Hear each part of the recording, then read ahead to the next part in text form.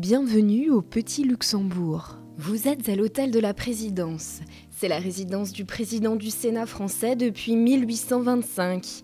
L'actuel hôte du Petit Luxembourg est Jean-Pierre Bel, président du Sénat depuis le 1er octobre 2011. Ce palais est appelé Petit Luxembourg pour le différencier du palais du Luxembourg voisin, siège du Sénat. L'hôtel particulier fut construit au milieu du XVIe siècle et plusieurs hôtes prestigieux s'y sont succédés. François de Luxembourg achète cet hôtel en 1570 et lègue son nom aux deux palais contigus. La régente Marie de Médicis en fait l'acquisition en 1612. Son protégé, le cardinal de Richelieu, y habitera également pendant quelques années.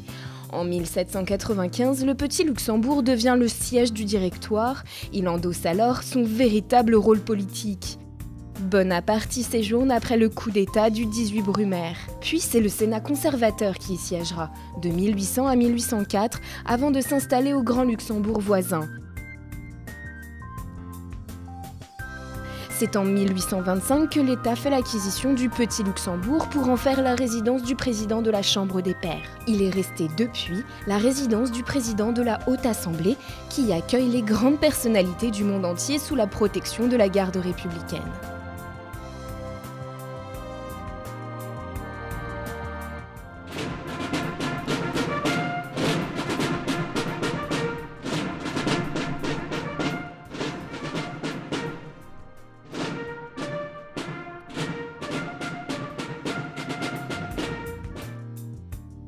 Aujourd'hui, l'aile droite, appelée aussi Hôtel de la Présidence, est la résidence officielle du président du Sénat, avec son bureau, ceux de ses collaborateurs et des salons.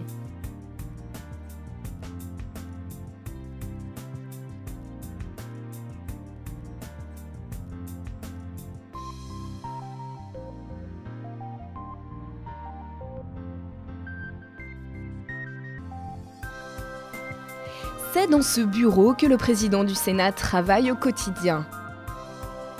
Les tapisseries du canapé et des fauteuils représentent des sujets tirés des fables de La Fontaine.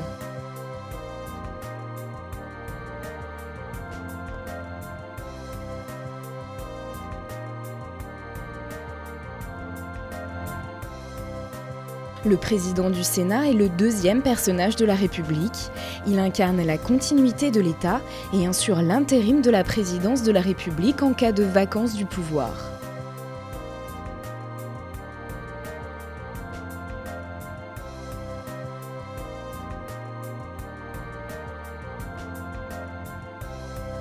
Le jardin d'hiver était autrefois le cloître du couvent fondé par Marie de Médicis.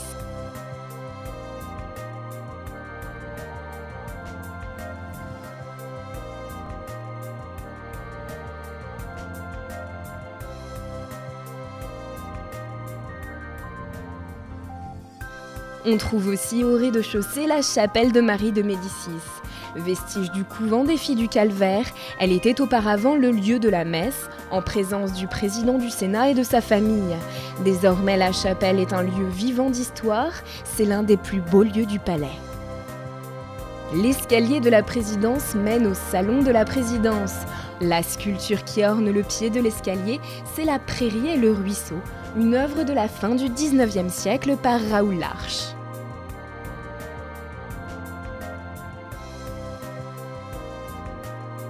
Dans les salons à l'étage, le président reçoit des hôtes de marque venus du monde entier. Chaque personnalité marque son passage en signant le livre d'or.